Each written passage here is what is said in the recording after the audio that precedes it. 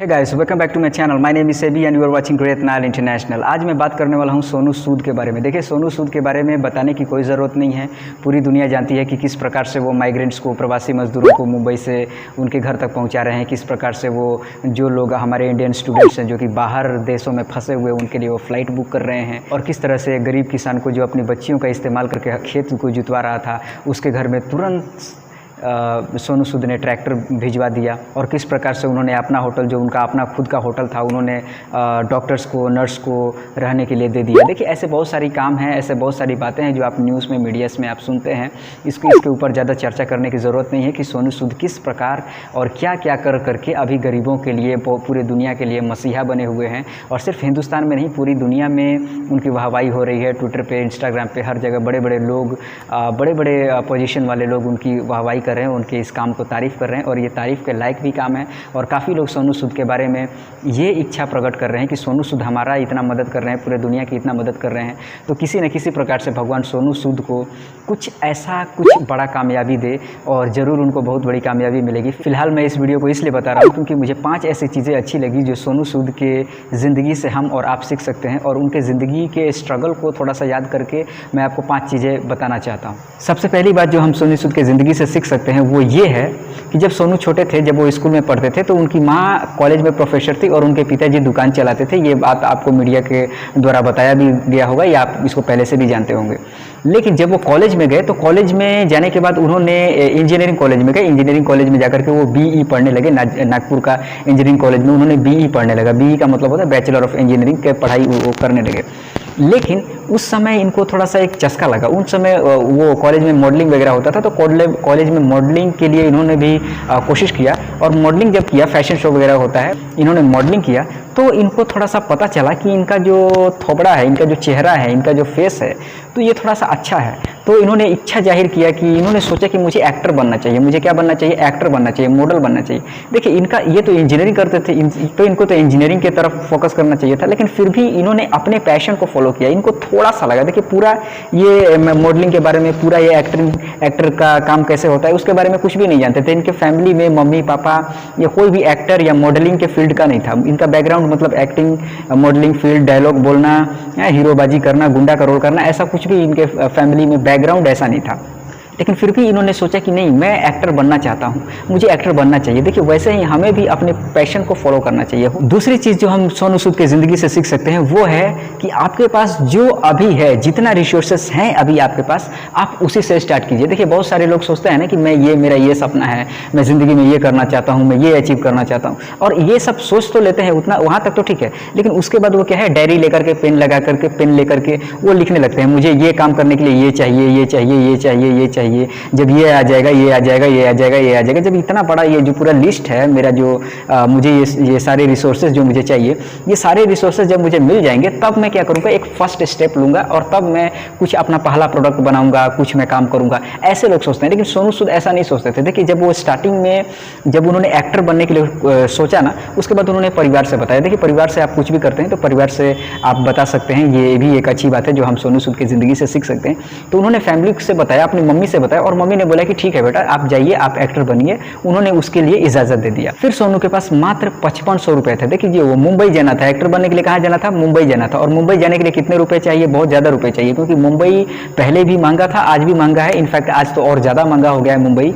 और एक्टिंग करने में देखिए, उनका तो कोई फिक्स नहीं था कि वहाँ पर जाऊँगा तो वहाँ पर उस प्रोडक्शन हाउस में मुझे एक्टिंग का काम मिल जाएगा, कुछ भी फिक्स नहीं था। उनके पास मात्र 5500 रुपये था। देखिए, 5500 रुपये, आज आप 10,000, 20,000, 25,000 की फ़ोन खरीद लेते हैं।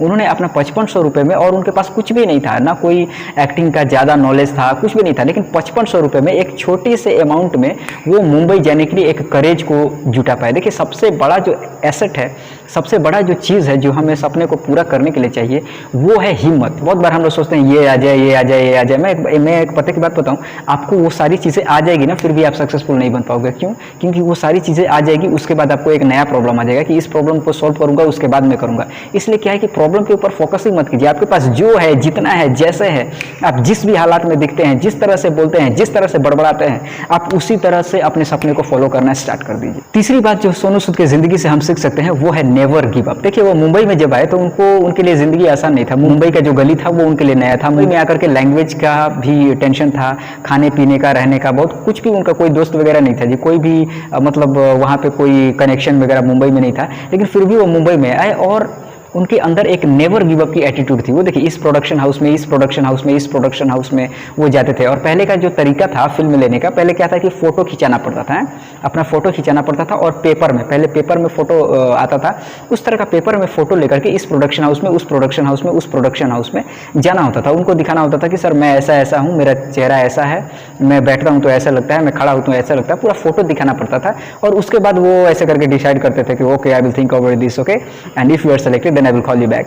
मतलब वो सोचते थे कि मैं इसके ऊपर सोचूंगा, फिर अगर आप सेलेक्टेड हो जाते हैं, मेरे और भी सारे लोगों को मैं फोटो दिखाऊंगा, अगर वो सारे लोग आपको सेलेक्ट कर लेते हैं तो फिर मैं आपको कॉल यू बैक, मैं आपको कॉल करूंगा, ठीक है जी। तो ऐसे करके उनको बहुत सारे प्रोडक्शन हाउस में जाना पड़ता था और बहुत सारा स्ट्रगल को उन्होंने फेस किया। उनके स्ट्रगल को पूरा मैं डिटेल में नहीं बताना चाहता हूँ, लेकिन क्या हुआ कि उन्होंने हार नहीं मानी। एक बार की बात है कि उनको जूतों का ऐड मिल गया, जूतों का ऐड, जूता जो शू हम पहनते हैं, जूते का ऐड मिल गया। उनको फ़ोन करके बुलाया गया कि देखिए आपको एक जूते का ऐड है, उसमें आपको 3,000 रुपये रोज़ मिलेंगे, 3,000 रुपये रोज़ मिलेंगे और 3 दिन का काम है, मतलब 3,000 3,000 3,000 9,000, मतलब 9-10 हज़ार रुपये मिल जाएंगे। तो उन्होंने सोचा क्या कि चलो 9-10 हज़ार रुपये मिल जाएंगे, 3 दिन का काम भी हो जाएगा और 1 महीने का या 2 महीने का लगभग का खर्च भी निकल जाएगा। और हो सकता है कि उसके अंदर मैं आ जाऊँ, मेरा चेहरा अगर उसमें थोड़ा मेरी एक्टिंग को अगर जूते के ऐड में दिखा दिया जाए तो दूसरे डायरेक्टर्स या फिल्म प्रोड्यूसर्स वगैरह ये मेरे वीडियो को देखेंगे और मुझे वो कॉन्टैक्ट करे और मुझे कुछ काम वगैरह मिलने लगे। लेकिन ऐसा कुछ भी नहीं हुआ। जब जाने के बाद ये देखते हैं कि वहाँ पे 50 लोग ऑलरेडी है इनके जैसा, इन्हीं के जैसा बॉडी बिल्डर, इन्हीं के जैसा मतलब वेल मेंटेन्ड चेहरा और इनसे भी अच्छे अच्छे लोग, 50 लोग पहले से ऑलरेडी सेलेक्टेड है उधर। तो फिर इनको बड़ा दुख हुआ। देखिए काम तो मिला, पैसा भी मिला इनको, लेकिन इनको आउट फोकस करके रखा गया। आउट फोकस मतलब ये वीडियो में इंपॉर्टेंट आदमी नहीं थे और ये आप सोनू सूद बोलते हैं जैसा कि ये आज तक उस जूतों के ऐड में दिखाई ही नहीं दिए। इनको पैसा वगैरह मिला लेकिन फिर ये कोशिश करने लगे, फिर ये थोड़ा सा डिप्रेशन में जाने लगे कि देखो मैं क्या करूँ, ऐसे कैसे चलेगा। और 1.5 साल का वक्त ये लेकर के आए थे अपने घर से और 1.5 साल का वक्त खत्म भी हो चुका था। फिर इनके ज़िंदगी में थोड़ा सा स्ट्रेस आने लगा, थोड़ा सा प्रॉब्लम आने लगे, लेकिन इन्होंने गिव अप नहीं किया, मतलब इन्होंने हार नहीं माना। ये चीज़ हम सोनू सूद के ज़िंदगी से देख सकते हैं। चौथी चीज़ जो हम सोनू सूद के ज़िंदगी से सीख सकते हैं वो है grab the opportunity with both of your hands. इसका मतलब हुआ कि जब भी आपके पास अपॉर्चुनिटी आती है, चाहे वो कैसा भी अपॉर्चुनिटी हो, उसको दोनों हाथ से पकड़िए, एक हाथ से मत पकड़िए। देखिए beggars are not choosers. Beggars मतलब जो भिखारी होते हैं ना, वो चूज नहीं कर सकते। बेगर जब कपड़ा खरीदने जाते हैं या गरीब लोग जब कपड़ा खरीदने जाते हैं तो उनके पास कम बजट होता है या फिर बिल्कुल कुछ भी नहीं होता है। तो जो भिखारी है वो चुनने का अधिकार उनको नहीं होता कि नहीं मैं ये नहीं करूंगा, ये करूंगा, नहीं ये मुझे अच्छा नहीं है, मुझे ये चाहिए, रेड वाला मुझे अच्छा नहीं है, पिंक वाला मुझे चाहिए। तो ये भी उस टाइम पे बेगर्स ही थे, एक भिखारी का ही इनका मतलब औकात था, इनका भिखारी के तरह ही इनका मतलब लाइफ था, क्योंकि ये चूज नहीं कर सकते थे। ठीक है जी। हर प्रोडक्शन हाउस में जाते थे, अपना फोटो वगैरह सब कुछ रखते थे, बातचीत करते थे और फिर फोटो लेकर के आते थे। लेकिन एक दिन क्या हुआ कि एक प्रोडक्शन हाउस में गए और वहाँ पे स्ट्रेस के या टेंशन के या कैसे भी वो अपना फोटो वहाँ से लेना भूल गए। तो वहाँ का एक आदमी था, वो डायरेक्टर जिसके लिए फोटो लेके गए थे, उन्होंने तो ज़्यादा इंटरेस्ट नहीं लिया, लेकिन दूसरे आदमी ने इस फोटो को देखा और साउथ में फ़ोन किया। ठीक है जी। वो साउथ से रिलेशन रखता था। उन्होंने तमिल में साउथ में फ़ोन किया कि देखिए आपको एक एक्टर की ज़रूरत है, तो वो एक ऐसा आदमी है यहाँ पे जिसको आप यूज़ कर सकते हैं अपने फिल्म में। फिर वहाँ से फ़ोन आया और वहाँ का भाषा अलग था, वो तमिल भाषा था और ये पंजाबी और हिंदी वाले। लेकिन फिर भी उन्होंने उस अपॉर्चुनिटी को ये नहीं बोला कि नहीं ये मैं ये नहीं कर सकता, मैं ये नहीं करूँगा। उन्होंने नेगेटिव साइड को नहीं देखा, पॉजिटिव साइड को देखा कि मैं इसमें क्या कर सकता हूँ, कुछ तो ऐसी चीज़ होगी जो इसमें मैं कर सकता हूँ। उन्होंने सोचा क्या कि अगर वो मुझे बुला रहे हैं तो इसका मतलब जरूर मेरे अंदर कोई ना कोई टैलेंट है। बताओ मैं भाषा भी नहीं जानता हूँ, फिर भी वो लोग मुझे बुला रहे हैं। फिर इन्होंने क्या किया, ट्रेन में गए और ट्रेन में जाकर के वहाँ पे काम वगैरह किया और पंडित जी का एक पंडित जी का जो नेगेटिव कैरेक्टर था वो उन्होंने किया। पांचवी चीज़ जो है सोनू सूद की ज़िंदगी से हम सीख सकते हैं ये है कि share your blessings with other people. इसका मतलब कि जो ज़िंदगी ने आपको दिया, आपने स्ट्रगल किया। देखिए ज़िंदगी में आप जिस भी मुकाम पे हैं वो आप अपने खुद के ही मुकाम पे हैं, फिर भी और मेरा या फिर पूरे दुनिया में किसी का भी हक नहीं होता कि आपके ज़िंदगी से कुछ वो ले ले बिना आपके इजाज़त के। लेकिन आपको ये अपने मन में होना चाहिए कि आपको ईश्वर ने जो दिया है, आपको प्रकृति ने जो दिया है, आप अपने करियर से जो कमाए हो, जो पैसा इकट्ठा किए हो, जितना भी स्टारडम है आपका, आपको कोशिश करना चाहिए कि आपका जो सक्सेस है उसको लोगों में बांटे। देखिए अभी सोनू सूद ये लोगों में बांट रहे हैं और ये बांट रहे हैं, तो ये एक हम लेसन ले सकते हैं कि हम जो कुछ भी सक्सेस करते हैं, जितना भी बड़ा हम होते हैं, तो उसमें से कुछ ना कुछ चीज़ें हमें मानवता के लिए भी करनी चाहिए।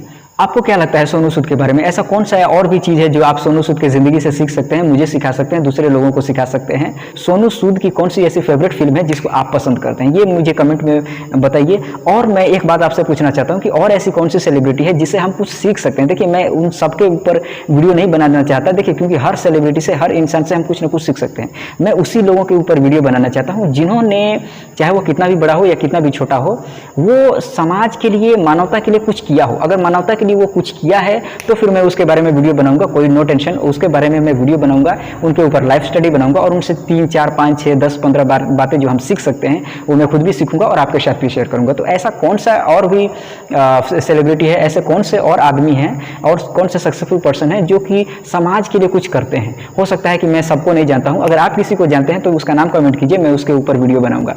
सोनू सूद की जिंदगी से 5 बातें सीखने के लिए आपने जो अपना कीमती समय दिया उसके लिए बहुत बहुत धन्यवाद। हमारे वीडियोस को लाइक करने के लिए, कमेंट करने के लिए, शेयर करने के लिए और चैनल को सब्सक्राइब करने के लिए, और कमेंट में अच्छी अच्छी बातें लिख करके NICE, nice, awesome, keep it up ऐसा लिख करके हमारा उत्साह को बढ़ाने के लिए आपका बहुत बहुत धन्यवाद। मिलते हैं आपसे नेक्स्ट वीडियो में। धन्यवाद।